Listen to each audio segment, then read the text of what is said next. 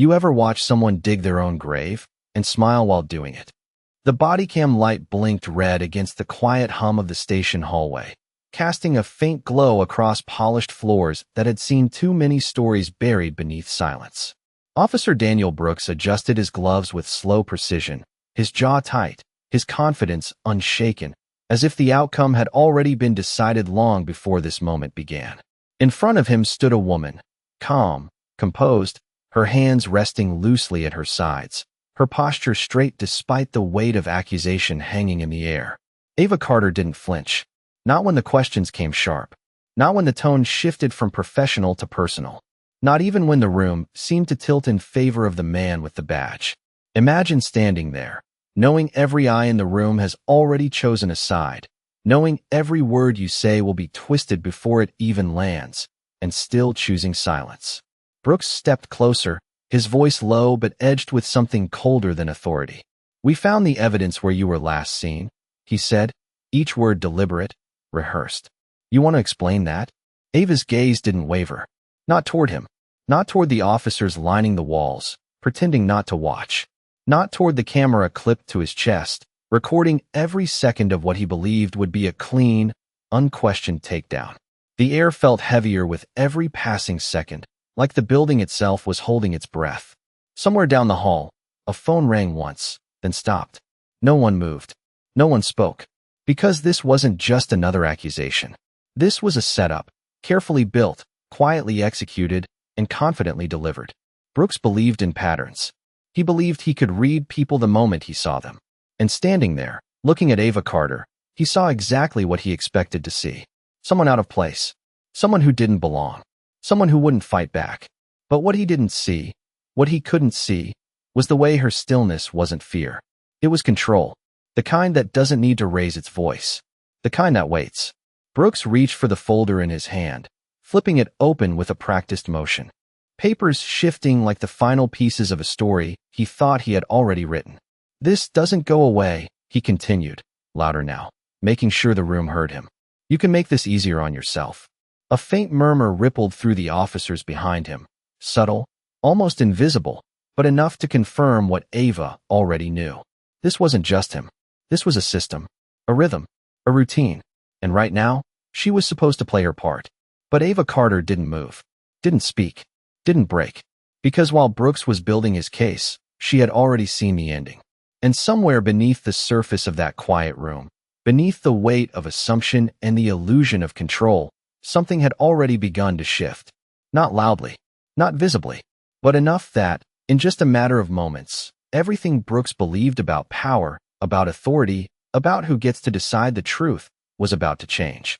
The clock on the far wall ticked past 9:17 a.m., each second stretching longer than the last, as if time itself was leaning in to watch what would happen next. 24 hours earlier, the city had looked different, quieter, almost unsuspecting, when Ava Carter first stepped out of a dark sedan just 3 blocks from this very station. The morning air had been crisp, hovering around 58 degrees, the kind that wakes you up without warning, and she had taken a moment before closing the car door, her eyes scanning the building across the street with measured calm. No badge on display, no introduction, just another face blending into the rhythm of a city that had long learned how to look past certain people. Inside, the station carried its usual energy, phones ringing, keyboards tapping, officers exchanging half-finished conversations. But beneath it all was something else, something quieter, something heavier. Ava felt it the moment she walked through the doors. Not fear, not uncertainty, recognition. She had seen this before in other cities, other departments, other systems that wore the same uniform but followed a different code. She moved through the space without drawing attention, her steps steady, her expression unreadable, as if she were simply another civilian passing through. But her eyes were working, catching details others ignored. The officer who stopped mid-sentence when she walked by, the sideways glances that lasted a second too long, the subtle shift in posture from those who believed they were the ones in control. And then there was Brooks. He had noticed her immediately, not because she stood out, but because, to him, she didn't fit. He watched from across the room, arms crossed, his instincts already building a story he hadn't yet confirmed. To Brooks, suspicion wasn't something you earned. It was something you carried. And from the moment Ava stepped into his line of sight, he had already decided where she belonged in that story. Later that afternoon, he followed her. Not openly, not carelessly, just enough to convince himself he was right. He noted where she paused, who she spoke to, how long she stayed in one place before moving on. Every movement became evidence in a narrative he was quietly constructing. By evening, that narrative had turned into certainty. And certainty, in Brooks' world, didn't need proof, it created it. Back in the present, the folder in his hand felt heavier than paper should, not because of what it contained, but because of what he believed it represented. Control, authority, confirmation. He took a slow breath, glancing once more at Ava, expecting hesitation, expecting cracks in the calm she carried so effortlessly. But there were none. Just that same steady gaze, the same quiet presence that refused to match the version of her he had already decided was true. Imagine building a case so carefully, so confidently, only to realize, too late, that the person you're trying to corner isn't lost, they're waiting. And as the silence stretched again, thicker now, more deliberate, one thing became clear. This wasn't the beginning of Ava Carter's story. It was the moment Brooks stepped into it. Brooks had always trusted his instincts, the kind of confidence built over years of walking into rooms and assuming he already knew how things would play out. And as he stood there now, staring at Ava Carter, he felt that same certainty settling in his chest like it always did, solid, unshakable, reinforced by every nod and silence from the officers behind him who had learned not to question the narrative once it was set in motion. And from his perspective, everything about her fit too neatly into the pattern he had seen 100 times before. Someone quiet, someone composed, someone who thought staying calm would somehow change the outcome. But to Brooks, calm didn't mean control, it meant denial. And denial was something he knew how to break, while across from him, Ava was seeing something entirely different. Not just the man in front of her, but the structure around him, the unspoken agreements, the glances exchanged between officers who had already decided how this would end, the subtle shift in tone when authority believed it was unquestioned, and she didn't interrupt, didn't challenge, because every second that passed, every word Brooks spoke, was adding to something far bigger than this room, something that had started long before today, long before she ever stepped into this building, because what Brooks didn't know, what none of them knew, was that this moment wasn't unfolding by chance. It was being observed, measured, documented, not just by the small camera clipped to his chest, but by a system already in motion, one that had been quietly collecting pieces for months. And as Brooks began laying out his version of events, pointing to timelines, locations, fragments of so-called evidence that he presented with growing confidence, Ava's mind moved in a different direction entirely, tracking not what he said, but how he said it, the certainty in his voice, the lack of hesitation, the ease with which he filled in gaps without realizing they were there. And somewhere behind the glass walls of nearby offices, a few officers shifted uncomfortably, not enough to speak, not enough to act, but enough to feel the tension changing in ways they couldn't yet explain. Because there was something about the way Ava stood there, not resisting, not reacting, that didn't align with how these situations usually went. It wasn't fear, it wasn't confusion, it was something quieter, something more deliberate, like she was allowing the moment to unfold exactly as it needed to. And Brooks mistook that silence for surrender, stepping closer, lowering his voice again as if control could be reinforced through proximity alone. "This is your chance," he said, each word slower now, heavier, "before this gets worse." And for the first time, Ava moved, not back, not away, but just enough to shift the balance of the space between them, her voice calm, steady, almost effortless as she finally spoke. "You already decided what this is," she said, her eyes locking onto his in a way that made the room feel smaller, tighter. "The only question is how far you're willing to go to prove it."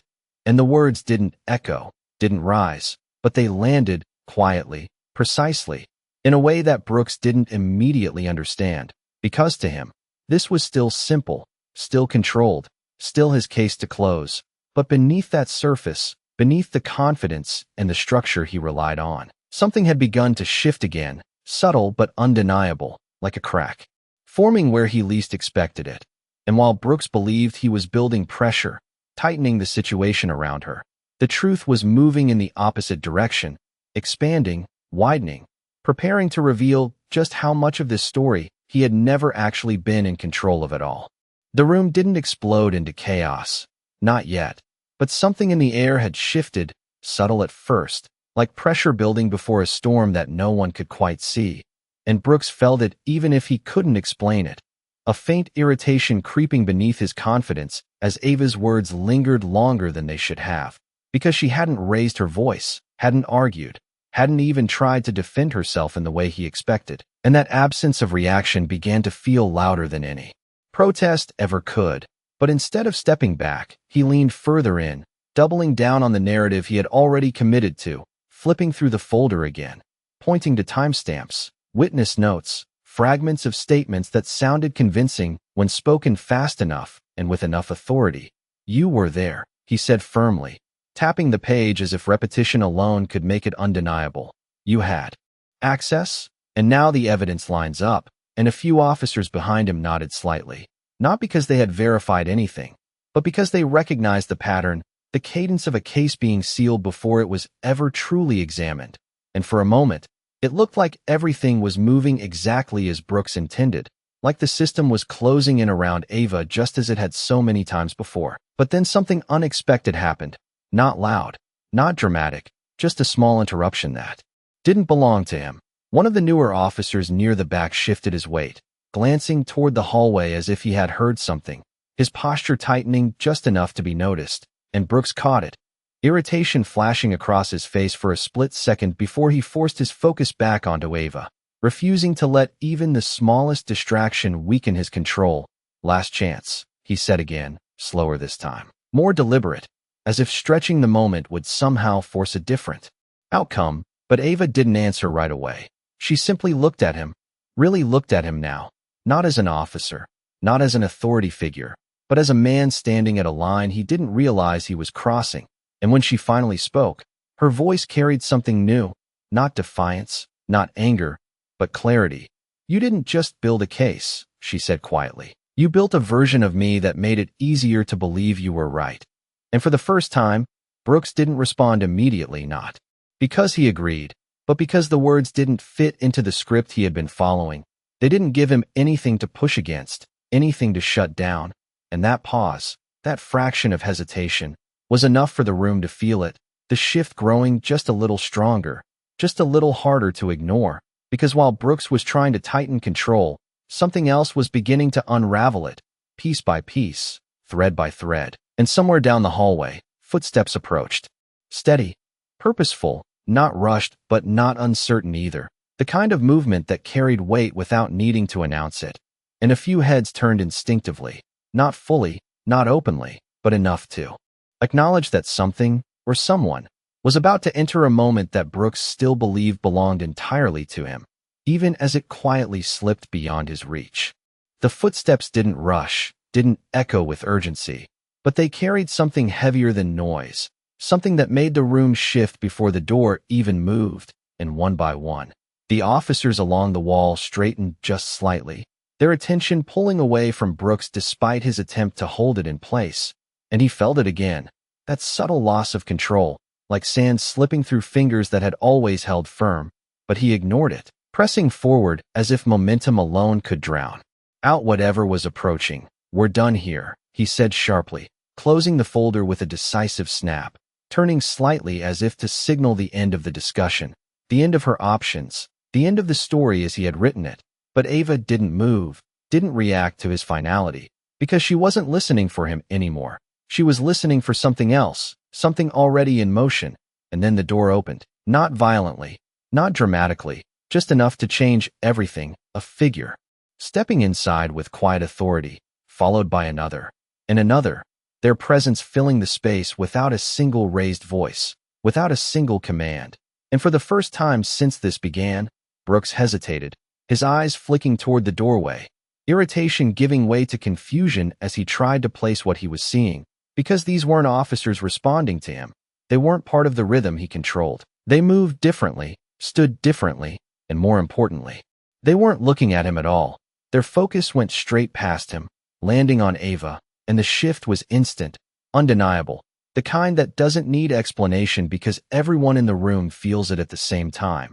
And Brooks turned back toward her, faster now, something tightening in his chest as the pieces around him stopped aligning the way they were supposed to. "What is this?" he demanded, his voice louder than before, but not stronger, not steadier, because underneath it, something had begun to crack, and Ava finally moved again, not stepping away, not shrinking back, but stepping forward, just enough to change the space between them, her expression unchanged, her composure intact, but now there was something else beneath it, something that had been there all along, waiting for this exact moment to surface. And when she spoke, her voice didn't rise, didn't need to, because the room had already gone quiet enough to hear every word.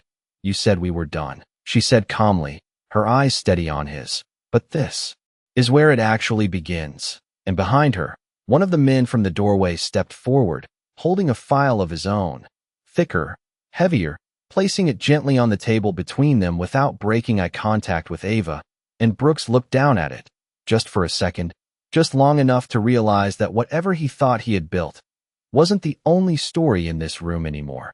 And as the silence settled again, deeper this time, more final, one truth became impossible to ignore: he hadn't been closing a case, he had been walking straight into one. Brooks stared at the file like it didn't belong there, like it had been dropped into the scene from a different story, his mind racing to catch up with a reality that was no longer following his lead.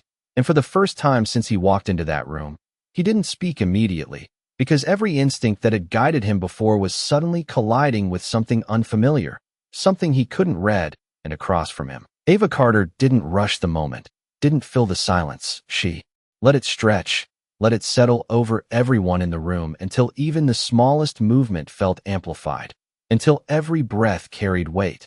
And then, without looking away from Brooks, she reached for the file on the table, her hand steady, deliberate, opening it with a calm that didn't match the tension building around them. And as the pages turned, the sound was quiet but unmistakable, each one marking a shift Brooks couldn't undo.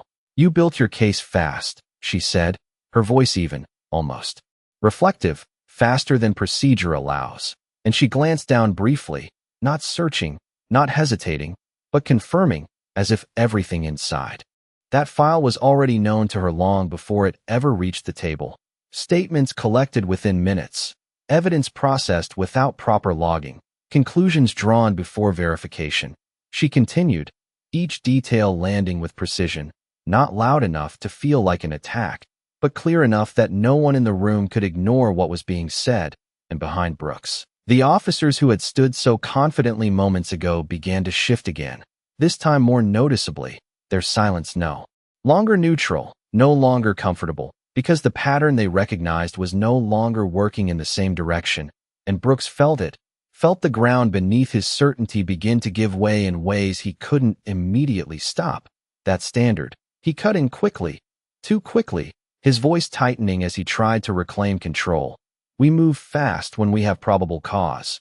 But Ava didn't interrupt him, didn't challenge the words directly. She simply let them exist for a second before closing the file halfway, her eyes lifting back to his, steady, unwavering. "Probable cause isn't something you decide," she said quietly. "It's something you prove." And the difference between those two words hung in the air longer than anything else that had been said so far, because it wasn't just about procedure anymore. It was about intent, about the line between authority and assumption, and Brooks knew it, even if he refused to show it, his jaw tightening as he took a small step forward, trying to reassert the space he had lost. "You're in no position to question how I do my job," he said, but the words didn't land the same way they would have minutes ago. They didn't carry the same weight, because now the room was listening differently, watching differently, and Ava saw it, felt it, the shift becoming undeniable. And this time, when she spoke, there was no need to hold back what had been building beneath the surface since the moment she walked in. "That's where you're wrong," she said, calm, certain, final, and with that, she reached inside her jacket, not hurried, not dramatic, just precise, pulling out a badge that hadn't been shown until now, holding it at a level where everyone in the room could see it clearly, the light catching its edges as the silence deepened into something absolute. And Brooks' eyes locked onto it, his expression changing not all at once, but in fragments, confusion, realization, and something else he couldn't fully hide. Because in that moment, everything he thought he controlled collapsed into a single, undeniable truth: the woman he had just tried to corner, to define, to break into a version that fit his narrative, had never been beneath his authority at all. The badge didn't just reflect light. It shifted the room itself, like a quiet force pulling everything into alignment. And for a moment, no one spoke, no one moved, because what they were seeing didn't match what they had already decided to believe.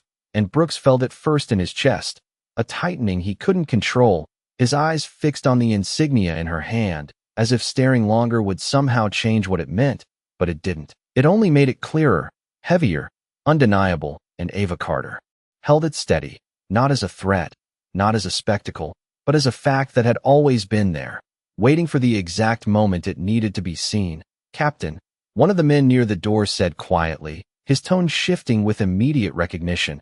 And that single word landed harder than anything else in the room, because it didn't just confirm her identity, it redefined everyone else's position in relation to it. And Brooks took a small step back before he realized he was doing it, his mind scrambling to reframe the situation, to find a version of control that still made sense. This doesn't change anything," he said, but the confidence was gone, replaced by something thinner, something forced, because even he could hear it now, the difference in his own voice. And Ava didn't raise hers to meet it, didn't need to. "It changes everything," she replied, calm, precise, and then she lowered the badge slightly, not hiding it, just letting it rest, as if its presence no longer needed emphasis, because the shift had already happened. And behind her, the men who had entered earlier stepped further into the room, their posture formal, their attention no longer scanning but focused, directed. And one of them opened the file on the table again, turning it so Brooks could see it clearly this time. Page after page of documentation, not rushed, not pieced together in minutes, but built over time, carefully, methodically. "Internal affairs," the man said, his voice steady, professional. "This investigation has been active for 6 months." And Brooks' gaze dropped to the pages, scanning quickly at first, then slower, as recognition began to replace denial. Names he knew, reports he had signed, incidents he had dismissed, all connected now in a way he hadn't expected, because what he thought was routine had been recorded, what he thought was control had been observed, and what he thought was just another case had been part of something much larger all along. "You set me up," he said, the words coming out quieter than before, less certain, and for the first time. Ava's expression shifted just slightly, not into anger, not into satisfaction, but into something closer to truth. "No," she said, meeting his eyes without hesitation. "You set yourself up." And the difference between those two realities settled over him. Heavy, unavoidable, because every step he had taken, every assumption he had made, every shortcut he believed he could justify had led him exactly here, not by accident, but by choice. And around him, the room no longer felt like his. The officers who had stood behind him now stood still, unsure, their silence no longer support but distance. And as one of the internal affairs officers stepped closer, his tone firm but controlled, "Officer Daniel Brooks, we need you to come with us." Brooks didn't respond right away, his eyes still on Ava, searching for something, an answer, a reversal, a way out. But there was nothing there except the same calm presence that had been there from the start, unchanged, unmoved, because this moment had never belonged to him. Not really. And as he finally lowered his gaze, the truth settled in fully, quiet but absolute. The case he thought he was closing had just closed on him. The room didn't erupt, didn't collapse into noise or chaos, but something far more powerful settled in. A silence that carried consequence, the kind that doesn't need volume to be understood. And Brooks felt it pressing in from every direction, heavier than any accusation he had ever thrown at someone else. His shoulders stiff, his posture no longer commanding, but held together by habit alone, as the weight of the moment settled into something real, something irreversible. And around him, the officers who once mirrored his confidence now avoided his gaze, their stillness no longer loyalty but distance, as if stepping back without physically moving. And the internal affairs officer waited, not impatient, not aggressive, just certain, giving Brooks the space to process what had already been decided long before this moment arrived. Because this wasn't about catching him off guard. It was about letting him see it clearly, every step, every choice, every moment that had led here, and Brooks finally exhaled, slow, controlled, but not steady, his eyes lifting once more to Ava Carter, searching for something. Anger, satisfaction, anything that would make this feel like a confrontation he could understand. But there was none, only that same composed presence, unchanged from the moment she first walked into the station, and that was what unsettled him most. Not the badge, not the file, but the realization that she had never needed to react, never needed to fight, because she had never been in the position he placed her in. Not really. And when he finally spoke, his voice was quieter, stripped of the sharp edge it once carried. "You could have said something," he muttered, not as an accusation, not even as a defense, but as a reflection of everything he now understood too late.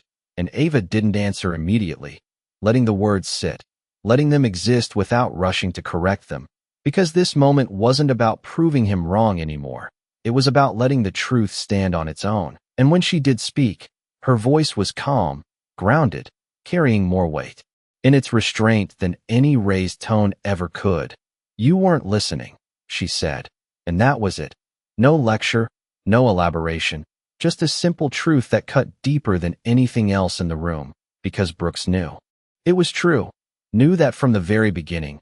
He hadn't been looking for answers. He had been looking for confirmation, and that difference had led him here, step by step, choice by choice, until there was nothing left to argue, nothing left to control, and the internal affairs officer stepped forward again, not forceful, not threatening, just present. "Officer Brooks," he repeated, and this time, Brooks nodded, a small movement, almost automatic, as if accepting something he could no longer change. And as he turned, the shift in the room completed itself, the space he once dominated now moving past him without resistance, without acknowledgement, because the story had already moved on.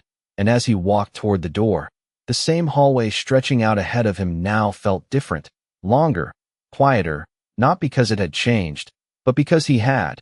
And behind him, Ava Carter remained where she was, steady, composed, watching not with triumph, not with judgment, but with clarity. Because this had never been about taking someone down. It had always been about letting the truth rise. And as the door closed behind Brooks, the silence that followed wasn't empty. It was final, carrying a single, unspoken truth that lingered long after the moment ended. He thought he was the one in control, but in the end, control was never his to begin with. The station didn't return to normal right away, even after the door closed behind Brooks, because moments like that don't just pass. They settle. They linger in the air long after the voices stop, and for the officers still standing in the room, there was a quiet shift happening inside each of them, a recalibration of what they had just witnessed, what they had almost supported, and what it meant now that the truth had surfaced without force, without spectacle, just clarity. And Ava Carter didn't rush to fill that space. She didn't step forward to assert control or demand acknowledgement. She simply stood there for a moment longer, letting the silence do what it needed to do, because sometimes the most powerful thing you can do is nothing at all. And one by one, the officers began to move again, not in the same rhythm as before, not with the same confidence, but slower, more aware, as if each step now carried a weight it didn't have before.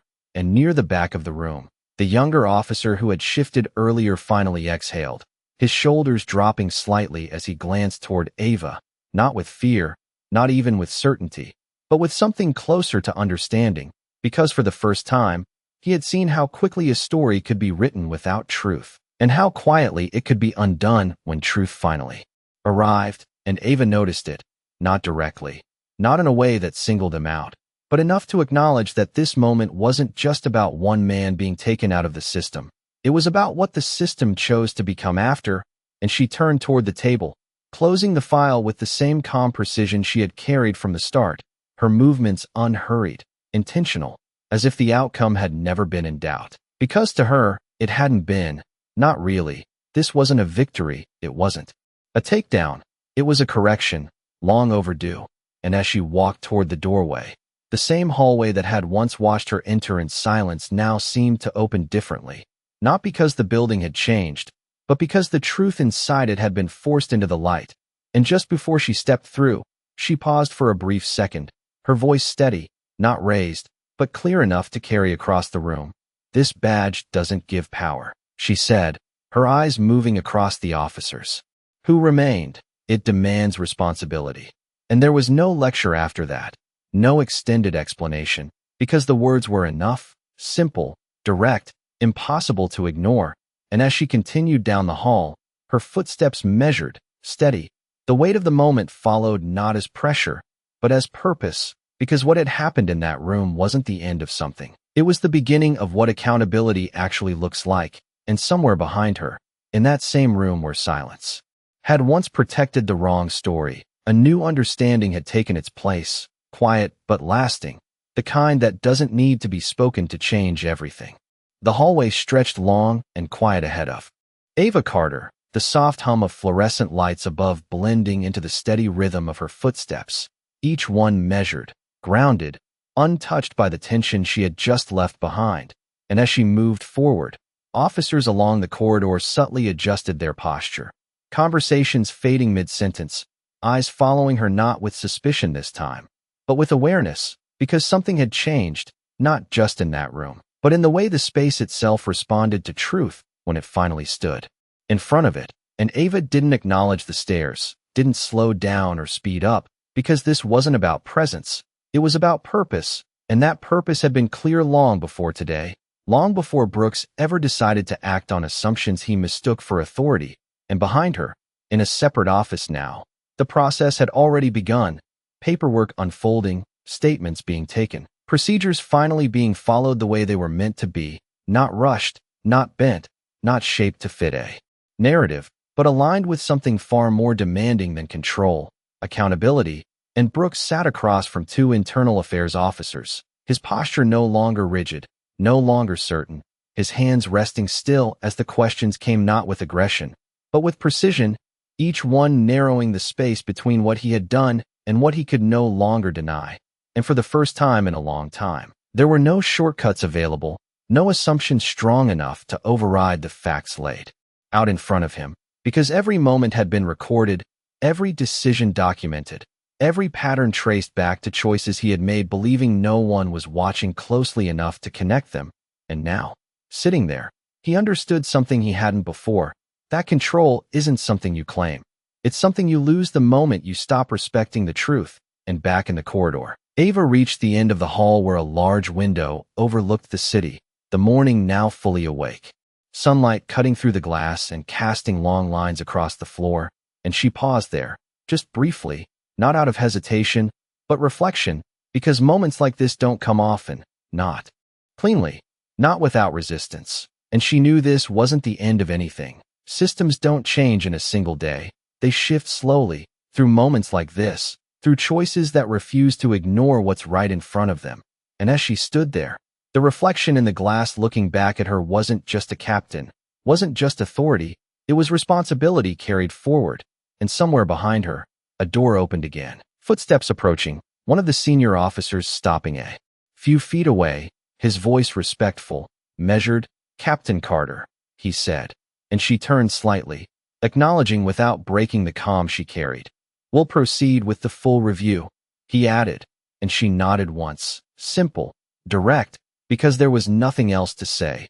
The path forward was already clear, and as she turned back toward the light, the city beyond the glass stretching wide and indifferent, one truth settled quietly into place, not loud, not dramatic, but lasting. Justice doesn't always arrive with force. Sometimes it walks in silently, stands still, and waits for the truth to speak for itself.